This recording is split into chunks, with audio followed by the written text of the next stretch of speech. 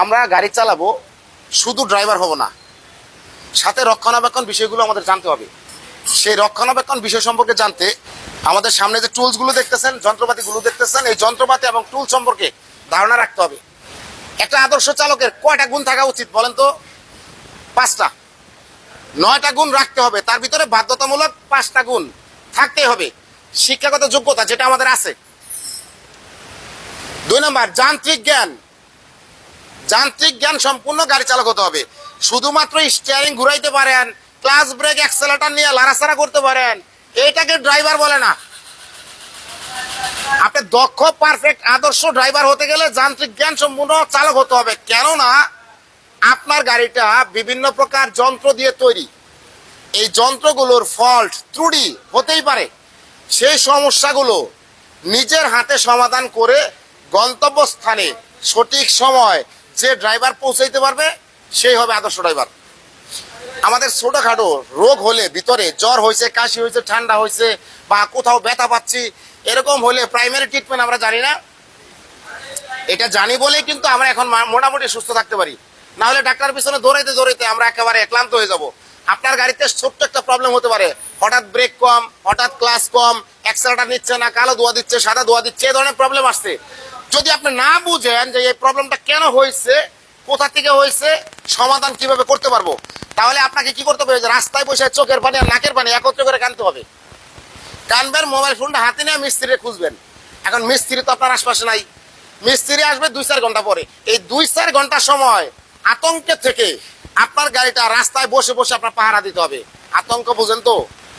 এখানে আপনি আতঙ্ক থাকবেন কেন? এই জায়গাটা অপরিচিত। আর এখানে লোকাল কিছু ভাই বারাদার আছে যারা দেখবে রাস্তার পাশে একটা গাড়ি খারাপ আছে, ড্রাইভার সাহেব গাড়ি হেলান্দা দাঁড়িয়ে আছে, আপনার কাছে প্রথমে যাই বলবে, ভাইয়া আপনার বাড়ি কোথায়? আপনি বলবেন আমার বাড়ি সিরাজগঞ্জ। যখন শুনবে সিরাজগঞ্জ, তার মানে দূরের এলাকার লোক। এই বেটা, জায়গাটা তো আমার, এখানে গাড়ি রাখছোস কেন? গাড়ি এখানে সাইড করছোস কেন? গাড়ি এখন সরাবি, এখন সরা, এরকম ধমক দিছে। এখন আপনিও তো রক্ত মাংস করা মানুষ, আপনার ভিতরে রাগ হবে না? আপনিও রাগ করে বলবেন, এই ভাই আপনি এরকম কথা বলেন কেন? এই তার মানে এই যে, এই ভাই আপনি এরকম কথা কেন বলেন? এই যে এইটুকু বলছেন, এটা আপনার ভুল। সেই ভুলটাকে ইস্যু করে আপনার গায়ে হাত দিতে যাবে। ওর আরো 2-4টা চেলা আছে, ওরাও চলে আসবে। তার মানে কেউ একটা থাপ্পড় দিবে আর কেউ পকেটে হাত দিবে। কেউ একটা থাপ্পড় দিচ্ছে আর কেউ পকেটে হাত দিচ্ছে। তার মানে উদ্দেশ্য কি? আপনার পকেট, টাকা পয়সা, আপনার পকেট খালি করা। পকেট খালি করে নিয়ে যাবে। যদি আপনি যান্ত্রিক জ্ঞান সম্পূর্ণ গাড়ি চালক হন, মিস্ত্রি ছাড়া এটা সম্ভব হচ্ছে না, বা মিস্ত্রি লাগবেই। তো আপনি টুকিটাকি কিছু জানেন, তাহলে কিন্তু একটা জিনিস ধরে কাজ করতেছেন বা লাড়াচাড়া করতেছেন, তাহলে ওই যে বাইরের যে বড় ভাইটা ছিল, বকাটে ভাই, ও যদি দেখে গাড়ির কাজ আপনি নিজেই করতেছেন, তাহলে ও বুঝবে যে এটা যেহেতু ড্রাইভার প্লাস মেকানিক্স, জানেওয়ালা ব্যক্তি, এর সাথে গ্যাদারিং করা যাবে না, এর সাথে পাল্লা দেওয়া যাবে না, এর কিছু জিজ্ঞেস করাও যাবে না। তো এই জন্য আপনার গাড়িটা আপনি নিজেই যেন কিছু লাড়াচাড়া করতে পারেন। রাস্তায় চলন্ত অবস্থায় হঠাৎ করে হেডলাইট বন্ধ হয়ে যাইতে পারে না? আপনাদের পরীক্ষায় লিখতে হবে বা বইয়ে পাবেন যে চলন্ত অবস্থায় রানিং হেডলাইট বন্ধ হয়ে গেলে কি চেক করবেন? নির্ধারিত ফিউজ। কি ফিউজ? নির্ধারিত ফিউজ। আপনার গাড়িতে হঠাৎ করে অ্যাক্সেলেটর বসে যেতে পারে, কি চেক করবেন? Fuel line. আপনার গাড়িতে হঠাৎ করে ব্রেক পেডাল বসে যেতে পারে, কি চেক করবেন? মাস্টার সিলিন্ডারের ব্রেক ফ্লুইড পরিমাণ মতো আছে কিনা। আমাদের এই যন্ত্রগুলো সম্পর্কে যদি হালকা একটু ধারণা নিতে পারেন, আমার মনে হয় আপনার জন্য অনেক প্লাস পয়েন্ট হবে, অনেক ভালো একটা কাজ হবে। প্রথম যন্ত্র দেখতেছি, এটার নামটা কি আমরা দেখছি জীবনে? আমরা এখন শুনবো, জানবো এটা কি নাম, কি কাজ করে। এটার নাম হলো অয়েল পাম্প। অয়েল পাম্প, কেউ মোবিল পাম্প বলবে। আমাদের ভিতরে ব্লাড সার্কুলেশন করার জন্য কি আছে? হার্ট আছে। এবার যদি হার্ট স্লো কাজ করে তাহলে ব্লাড প্রেশার কমে যাবে। হার্ট যদি ফাস্ট কাজ করে ব্লাড প্রেশার বেড়ে যাবে। এখন আমার যদি ব্লাড প্রেশার বাড়তি হয়, হাই হয় বা লো হয়, আমাকে দিয়ে কি কাজ করানো সম্ভব?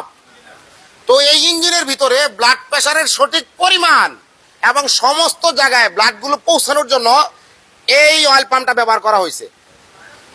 এই অয়েল পাম্প প্রেশার তৈরি করবে, সমস্ত জায়গায় অয়েলটা পৌঁছে দিবে। যদি কোথাও অয়েলটা পৌঁছাইতে মিস করে, হার্ট ফেল করবে, ইঞ্জিন সিস্ট করবে, মারা যাবে। আমরা তো হার্ট স্ট্রোক করি না, তো ইঞ্জিনও হার্ট স্ট্রোক করে চলন্ত ইঞ্জিন চলবে কেট করে একটা আওয়াজ করবে, এক জায়গায় দাঁড়িয়ে যাবে, লক হয়ে যাবে। ইঞ্জিন সিস্ট করা, আর ইঞ্জিন সিস্ট করলে এটা ব্যয়বহুল একটা খরচের ব্যাপার। 1-1.5 লক্ষ 2 লক্ষ টাকা লাগতে পারে বড় বড় গাড়িগুলোতে। ছোট গাড়িতে হয়তো এত লাগবে না, 50-60 হাজার টাকা হয়ে যাবে। কিন্তু ভুল তো একটা, আপনি অয়েল প্রেশারটা চেক করেন নাই। এই অয়েল প্রেশার চেক করার জন্য, আমাদের প্রেশার মাপার জন্য কি এখানে কিছু লাগায় না? সেটা দিয়ে তো বোঝা যায় যে ব্লাড প্রেশার কত আছে। তো আপনার ইঞ্জিনের ব্লাড প্রেশার বোঝার জন্য ড্যাশবোর্ড, চালকের সামনে একটা ড্যাশবোর্ড আছে। এই ড্যাশবোর্ডের মধ্যে একটা মিটার দেওয়া থাকবে ঘড়ির কাঁটার মতো, যেখানে লেখা থাকবে UIL, অয়েল প্রেশার মিটার। এটা অনেকে বলবে oil pressure gas, oil pressure meter, যেটাই বলেন। এই অয়েল প্রেশার মিটারের, এই মিটারের কাঁটাটা দেখে বুঝতে হবে যে ডানে যাচ্ছে কতটুকু, বামে যাচ্ছে কতটুকু। ডানে কতটুকু গেলে কিভাবে বুঝবো প্রেশার কত হয়েছে, আর বামে কতটুকু গেলে কিভাবে বুঝবো প্রেশার কতটা লো হয়েছে। হাই এবং লো দুইটাই বোঝার কায়দা আছে বা সুবিধা আছে। এখন এই যে আমরা যে ব্লাড প্রেশার মাপি, আমরা যদি এখানে যারা জীবনে দেখি না বা জানি না, এখানে দিয়ে কানে একটা দিয়ে টিপলাম, আমরা কি বুঝতে পারবো প্রেশার কত? এটা বুঝতে গেলে একটা ট্রেনিং এর প্রয়োজন আছে না? তো আপনাকে এই ইঞ্জিনের অয়েল প্রেশার বুঝতে হলে ট্রেনিং এর প্রয়োজন। সেই ট্রেনিং সেন্টারে চলে আসছেন। আমাদের ট্রেনিং সেন্টারের নামটা কি বলেন তো সবাই, একটু জোরে করে বলেন। এখনো অনেকেই জানেনই না সঠিকটা। BRTC, কেন্দ্রীয় প্রশিক্ষণ ইনস্টিটিউট, গাজীপুর, এইটুকু উল্লেখ করতে হবে।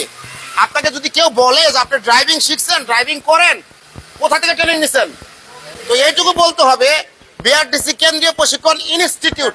এটা কিন্তু প্রশিক্ষণ সেন্টার না, ইনস্টিটিউট। এবং গাজীপুর লিখে দিতে হবে। কোন স্যারের কাছে বলছিলেন, স্যারের নামগুলো বলতে হবে। অনেক খালি জামাত স্যার না, আরো 8টা স্যার পাবেন, এদের নাম সবারই বলবেন।